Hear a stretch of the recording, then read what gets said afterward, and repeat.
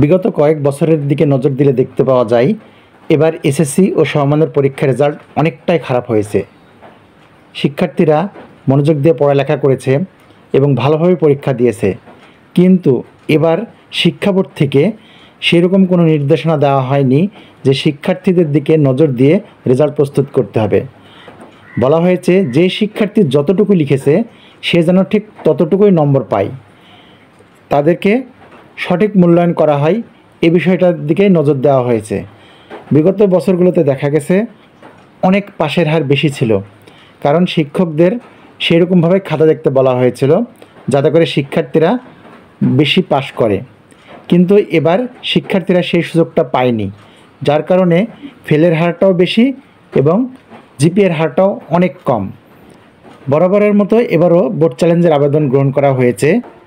বিগত বছরগুলোর রেকর্ড ভেঙে এবার প্রায় 6 লক্ষাধিক খাতা চ্যালেঞ্জ করা হয়েছে।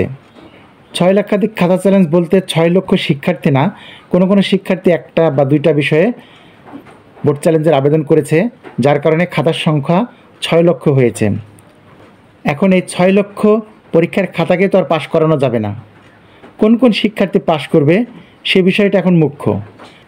অনেক শিক্ষার্থী তার নিজের কনফিডেন্সের উপর ভিত্তি করে বোর্ড চ্যালেঞ্জের আবেদন করেছে, আবার কোনো কোনো শিক্ষার্থী বন্ধুবান্ধবদের আবেদন করা দেখেও আবেদন করেছে।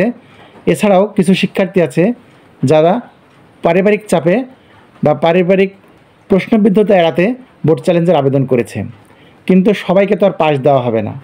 কোন কোন শিক্ষার্থী পাশ করবে এই বিষয়টি এখন মুখ্য।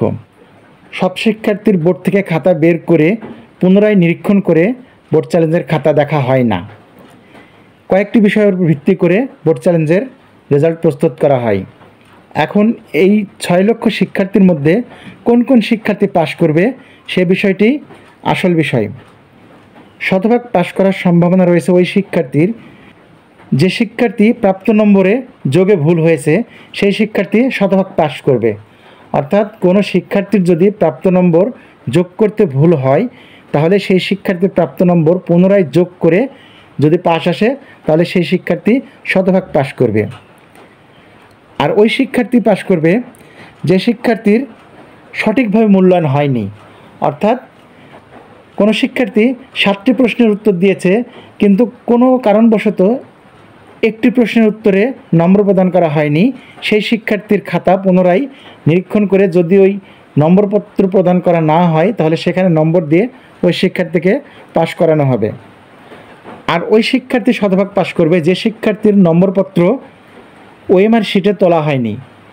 প্রাপ্ত নম্বর ওএমআর শিটে তুলতে ভুল হয়েছে, অর্থাৎ প্রাপ্ত নম্বর ওএমআর শিটে তোলা হয়নি, সেই শিক্ষার্থী শতভাগ পাশ করার সম্ভাবনা রয়েছে।